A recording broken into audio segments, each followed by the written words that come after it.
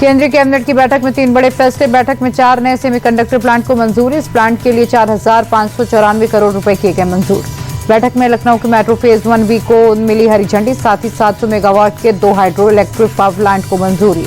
18वें international olympiad को PM Modi ने किया संबोधित। कहा 64 देशों के 300 से ज्यादा सितारों से जुड़ना मेरे लिए खुशी की बात। मोदी ने कहा भारत परंपरा और नवाचार की धरती, आर्यभट्ट ने की शून्य की खोज।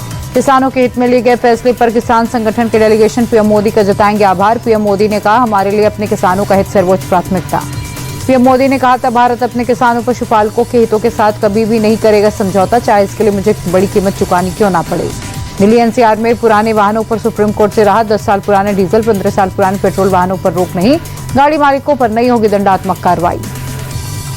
जस्टिस यशवंत वर्मा मामले में महाभियोग के लिए कमेटी का ऐलान। स्पीकर ओम बिरला ने कमेटी के 3 सदस्यों के नाम का ऐलान किया। कमेटी में सुप्रीम कोर्ट के जज अरविंद कुमार, मद्रास हाईकोर्ट के चीफ जस्टिस मनींद्र मोहन और कर्नाटक हाईकोर्ट के वकील बीवी आचार्य भी शामिल। लोकसभा में स्पीकर ओम बिरला ने दी जानकारी। बोले जस्टिस वर्मा को हटाने का 31 जुलाई को प्रस्ताव मिला। भ्रष्टाचार के खिलाफ संसद एकजुट हो। विधानसभा के मानसून सत्र के दूसरे दिन जबरदस्त हंगामा। फतेहपुर के मकबरा विवाद पर विपक्ष का सदन से वॉकआउट। फतेहपुर विवाद को लेकर अखिलेश यादव का बीजेपी पर अटैक। कहा बीजेपी की विचारधारा नफरत फैलाने की, कानून का मजाक बनाने वालों पर एक्शन कब होगा। मकबरा तोड़फोड़ मामले में नया ट्विस्ट। एफआईआर में सपा नेता पप्पू चौहान का नाम। पार्टी विरोधी गतिविधियों में सपा ने पप्पू चौहान को पार्टी से निकाला। एआईएमआईएम प्रमुख असदुद्दीन ओवैसी का योगी सरकार पर बड़ा अटैक। का फतेहपुर में हमले की पूरी छूट दी गई। पुलिस वालों की मौजूदगी में मजार तोड़ी गई। झारखंड दौरे पर सपा सुप्रीमो अखिलेश यादव रामगढ़ के नेमरा गांव पहुंचकर सीएम हेमंत सोरेन से मुलाकात की। शिबू सोरेन को दी श्रद्धांजलि।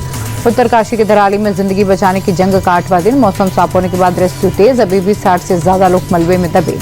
हर्षिल में फिर सैलाब का खतरा मंडराया। बारिश की वजह से झील टूटने का डर। रात 2 बजे तक रेड अलर्ट। झील से मैनुअली पानी निकालने की तैयारी। जम्मू कश्मीर के राजौरी में मानसूनी आफत। भारी बारिश के चलते नदी नाले उफान पर। सड़कों पर जल जमाव से जनजीवन अस्त व्यस्त। रियासी में लगातार हो रही बारिश के चलते कई जगहों पर लैंडस्लाइड। NH 144 पर पहाड़ों का मलबा भरा। सड़कें बंद होने से आवाजाही ठप।